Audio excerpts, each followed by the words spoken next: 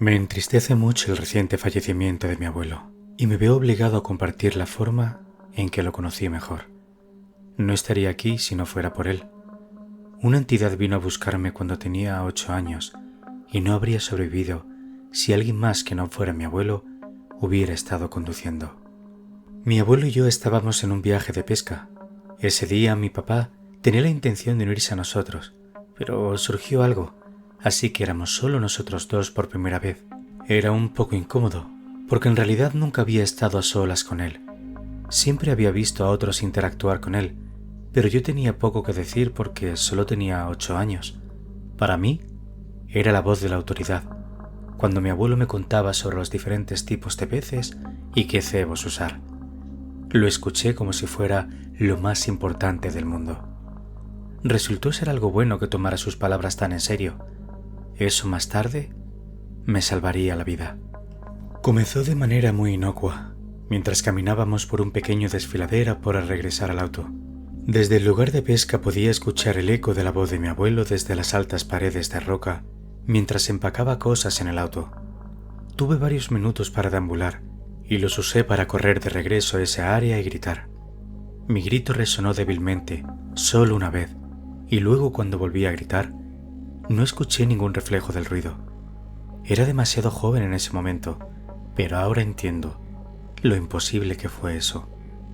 Simplemente asumí que estaba gritando mal de alguna manera, y que mi abuelo tenía una forma especial de hablar para adultos, que permitía que su voz resonara, mientras que la mía simplemente no llegaba. Aún así me molestó, y finalmente lo mencioné en el camino de regreso. Ese momento quedó grabado a fuego en mi memoria. Eran las 3:22 de la tarde según el reloj en el tablero del automóvil. El cielo estaba mayormente despejado, con rastros de blancas nubes, y los ojos de mi abuelo eran grandes orbes de alarma que se volvieron hacia mí, mientras sus nudillos blancos se apretaban alrededor del volante. ¿Qué dijiste? Pregunté cómo podía hacer eco como tú. Le dije que de repente tenía miedo de haber hecho algo mal. En ese momento su frente y sus mejillas se tensaron y miró de izquierda a derecha rápidamente. No pareció encontrar lo que buscaba a través de las ventanas, pero no pareció estar tranquilo. Se inclinó y abrió la guantera frente a mí para sacar una bolsa de caramelos de goma. Sonreí por un momento, pero él no me los estaba dando como regalo.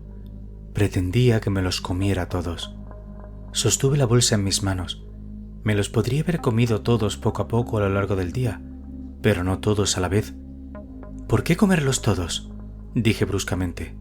Luego tomó su termo de viaje en el portavasos que había entre nosotros y me lo puso en la mano para unirse a la bolsa de gominolas derramada.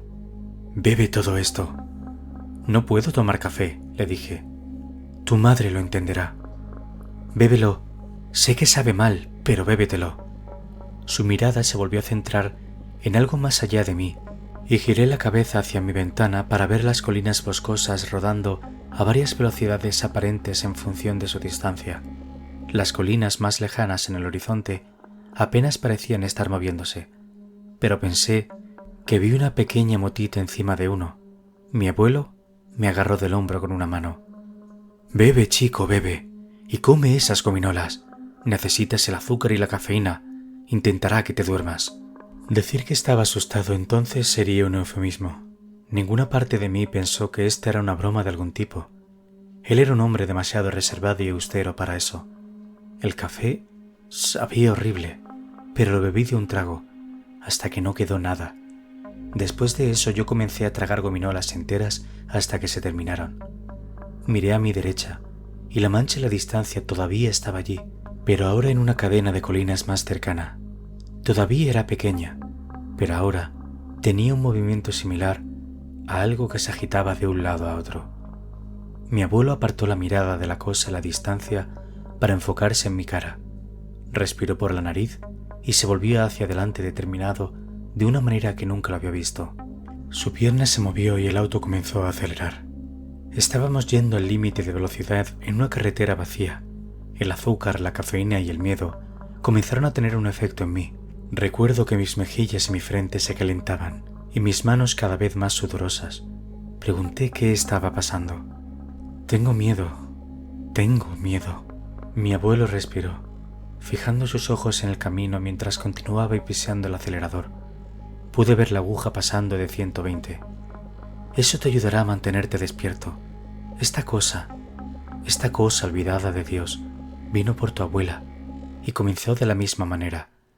Justo antes de un largo viaje, noté que su voz dejó de hacer eco. Su rostro se contorsionó en una máscara furiosa. Pero los autos son mucho mejores ahora de lo que eran entonces. No dejaré que te atrape. Mi espalda comenzó a presionar mi asiento a la fuerza mientras él ponía el acelerador a fondo. Yo miraba a la aguja. Pasó 140 y luego volví a mirar por la ventana. Estaba aún más cerca, ahora visible como la silueta de un hombre corriendo colinas arriba entre árboles y rocas. Todavía está ahí fuera. Mi abuelo gruñó enojado y de manera audible golpeó su pie hacia abajo. Me agarré del reposabrazos y de la manija de la puerta. Cuando nuestro automóvil superó los 160 km por hora, comenzó a temblar. Sentí que estábamos en un proyectil apenas controlado, mucho más allá de cualquier límite de seguridad, y estaba aterrorizado de que la carretera dejara de estar vacía de repente y nos estrelláramos contra un automóvil o un camión. Pero incluso a través de ese miedo abrumador y la adrenalina, un escalofrío de cansancio comenzó a filtrarse por mi columna vertebral. Mis ojos comenzaron a sentirse pesados y con sueño. Miré a mi derecha. La conmoción me despertó. Él estaba en el arcén de grava de la carretera, ahora completamente visible como una silueta humanoide negra, corriendo a una velocidad increíble junto a nuestro coche. En esa oscuridad total en movimiento, pude ver puntos iluminados que me hicieron sentir como si estuviera contemplando la noche misma. El sol de la tarde ardía en el cielo por encima y por detrás sin efecto, mirando fijamente mientras sus pies borrosos comenzaban a correr a través de la línea pintada al final de la carretera. Me dio sueño otra vez. Corría paralelo a nosotros, pero acercándose aún más. «¡Despierta!», gritó mi abuelo, arriesgando con una mano fuera del volante a 180 km por hora para sacudir mi hombro.